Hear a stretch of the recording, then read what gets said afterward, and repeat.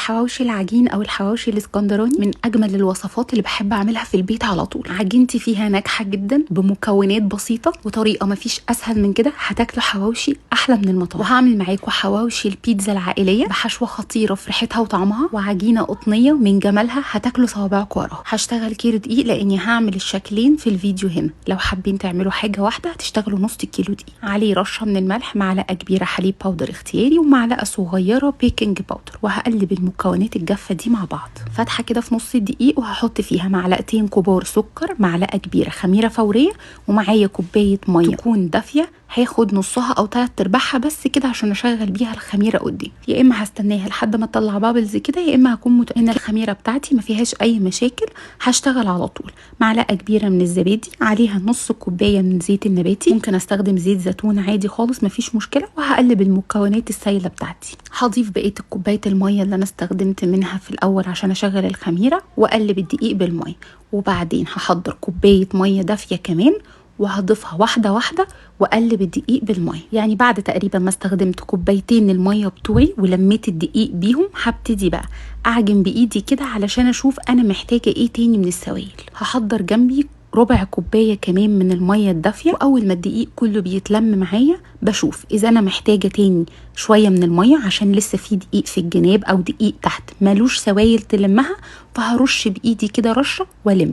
هرش بايدي رشه والم لحد ما بلاقي كل الدقيق اتلم. بعجن بقى العجينه كويس قوي قوي زي ما انتم شايفين كده. النتيجه عندي عجينه رطبه جدا ليها قوام املس بتلزق شويه صغيرين نتيجه الميه الدافيه اللي انا حطاها. هحطها بقى على رشه زيت بسيطه كده وهغلفها بالزيت من فوق ومن تحت كده، وهغطيها كويس لحد ما تتخمر ويتضاعف حجمها. وفي الوقت ده هحضر الحشوه بتاعتي. معايا نص كيلو من اللحمه المفرومه، هضيف عليها بصلتين حجم وسط انا مقطعاهم ناعم خالص، او ممكن اضربهم في الكبه بس ما يفقدوش السوائل بتاعتهم. فلفل احمر، فلفل اخضر، شويه من البقدونس، بهاراتي بهارات لحمه وفلفل اسود، شويه من البابريكا وشويه من الشطه لو انا بحبه حار، وهظبط الملح بتاعي. كده الحشوه بتاعتي جاهزه. هبتدي بقى اعجنها كويس قوي لحد ما كل الخضار واللحمه والبهارات تتجانس مع بعضها كويس جدا. بعد ما بخلص الحشوه بتاعتي بتكون العجينه اتخمرت كويس، هبتدي اشتغل. لو العجينه بتاعتي لسه في وقت التخمير هحط الحشوه على رف التلاجة شويه. شايفين العجينه ما شاء الله من غير زبده ولا بيض ولا اي حاجه. معايا عجينه حلوه قوي. هاخدها قدامي واقسمها نصين عشان اعرف اقسم على قد الصينيه بتاعتي. اشتغلت في صينيه مقاس 45.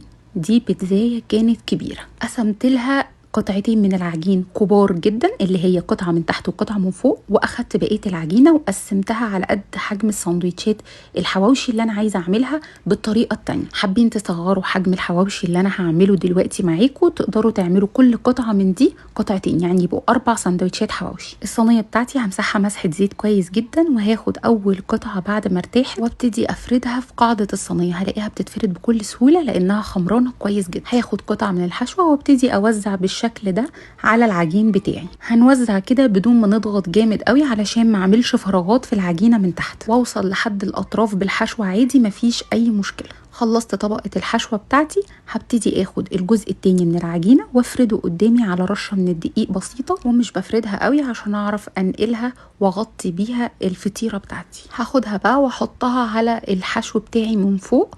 انا ضفت اضافه اختياريه، حطيت شويه من الجبن على الحشوه بتاعتي. طريقه التقفيل بسيطه جدا وممكن تكون اختياريه برضو. انا ممكن اخد العجينه بتاعتي لفوق وانزلها لتحت، اقفل ادخلها تحت العجينه اللي تحت، وممكن اضفرها كده زي ما انا بعمل، بتدي شكل حلو قوي للفطيره بتاعت الحواوشي في الاخر. باخد الطرف اللي تحت والفه على اللي فوق واضغط ضغطه بصباعي. باخد الطرف اللي تحت والفه على اللي فوق كده واضغط ضغطه لجوه علشان اثبت العجينه فيها. كده فطيرتي جاهزه. اقدر بقى اضغط عليها ضغطتين كده اوصل الحشو فيها لحد الاطراف. هاخد بقى قطعتين العجين بتوعي اللي هعملهم ارغفه الحواوشي على رشه دقيق بسيطه، وهضغط عليهم ضغطه بسيطه مش بفردهم خالص، وبحط فيهم شويه كده من الحشو بتاعي على قد ما انا عايزه، وهقفل بالطريقه السهله دي. ما اعتقدش ابدا ان في طريقه ابسط من كده. هاخد الارغفه بتاعتي، ممكن اسيبها تريح دقيقتين وممكن ابتدي افردها واشتغل فيها على طول. كمان ممكن افردها فرده بسيطه خالص، يعني عايزه العجين اكتر شويه،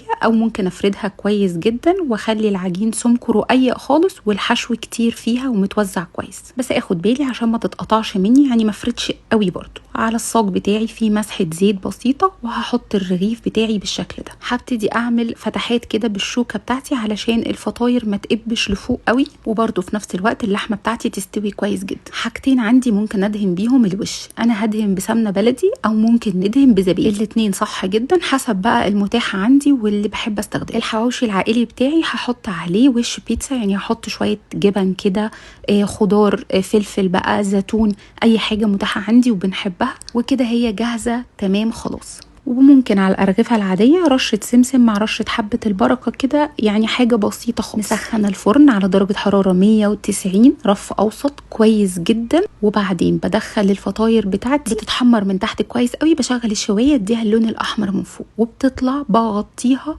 بفوطة نضيفة 10 دقايق. بعدين بنبدأ نقدم. أنا نقلتها من الصينية بتاعتي في طبق التقديم عشان أوريكم طراوتها عاملة ازاي، ولونها من فوق ومن تحت ومستوية كويس جدا ازاي. حقيقي دي من أجمل المرات اللي ممكن تعملوا فيها حواوشي اسكندراني، أو زي ما قلنا عليه بقى حواوشي بيتزا. أنا قطعته وهو سخن جدا، نستنى عليه بس يهدى شوية علشان شكلها ما يتبهدلش مني وأنا بقطعها. الحشوة واصلة لحد الأطراف، مستوية كويس قوي، والعجينة كمان مستوية ومتحمرة حلو جدا. والأرغفة كمان اللي عملناها بكل بساطة وطريقة تقفيل سهلة، طلع أجمل وأظبط من المطاعم، وطراوتها ما تتوصفش. قدموها مع شوية سلطة حياتي وشوية طحينة، واعزموا عليها الحبايب وحبايب الحبايب. أنا كده خلصت الحواوشي بتاعي النهاردة خلاص، متأكدة من سهولته وبساطته وقد إيه فتحت نفسكم عليه. هتقوموا تجربوه. ألف هنا وعافية على قلبكم وقلب ولادكم مقدما، ومع ألف سلامة.